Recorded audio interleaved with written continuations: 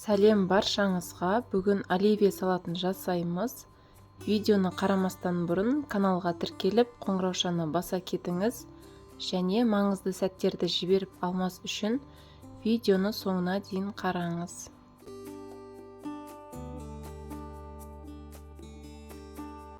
Ең алдымен көкөністердің сыртын жуып, қайнатуға қоямыз. Сәбіз бен картопты 40-45 минуттай қайнатамын және 4 жұмыртқаны 7-8 минуттай қайнатамын. Міне көкөністер пісті, жұмсақ болып тұр. Қайнаған жұмыртқаның суын төгіп, оның үстіне салқын суды құямын. Осылай суытып аламыз және салатқа керекті барлық затты дайындап қоямыз.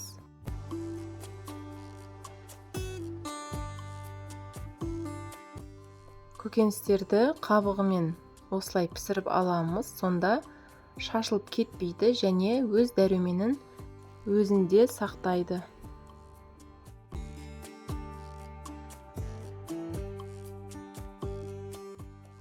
Барлығын қабығынан тазалап аламыз.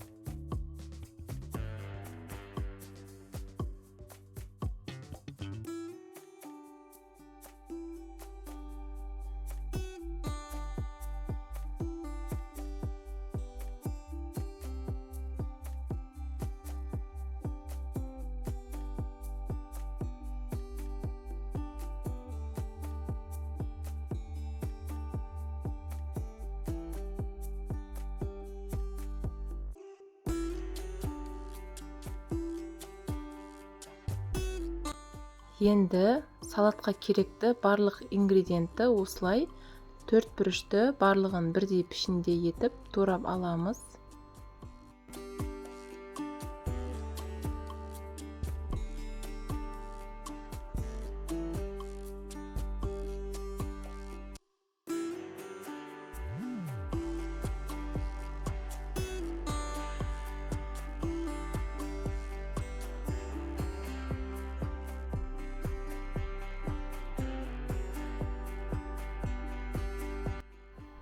Сәбізді дәл солай көбіктеп кесіп аламыз.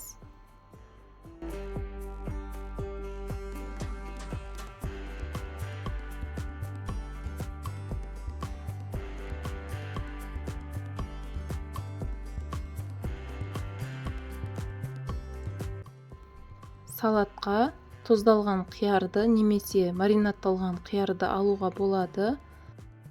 Мен банкадағы маринадталған қиярды алдым. Оны да осылай 4 бүрішті етіп кесіп аламыз.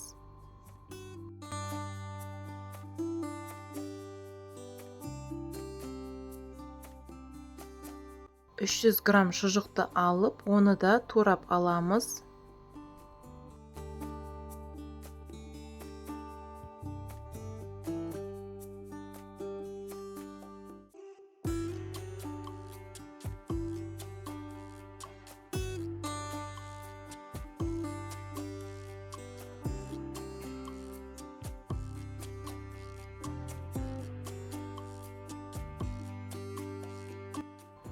Қайнатып алған 4 жұмыртқаны да турап аламыз.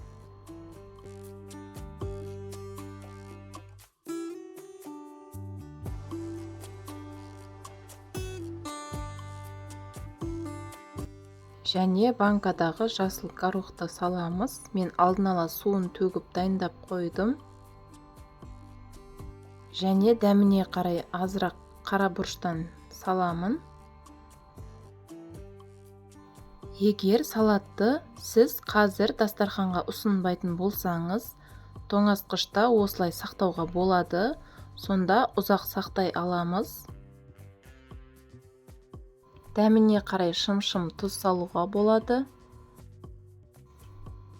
Және 2-3 ас қасық майонез саламыз. Және қалауыңыз бойынша майонезді бұдан аз немесе көптеу болып салуға болады. Мен осындай үлкендеу ыдысқа аударып алдым. Енді бір келкі болғанша осылай жақсылап араластырамыз.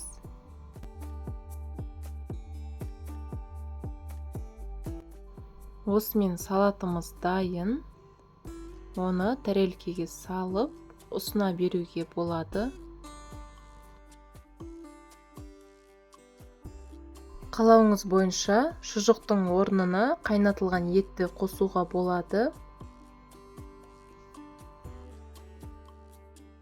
Кез келген дастарханның сәнін ашатын осындай көпшіліктің сүйікті салаты оливьені жасап көріңіз. Видео ұнаса лайк басып, комментарий қалдыра кетіңіз. Жаңа оқырманым болсаңыз, парақшаға тіркелуді ұмытпаңыз.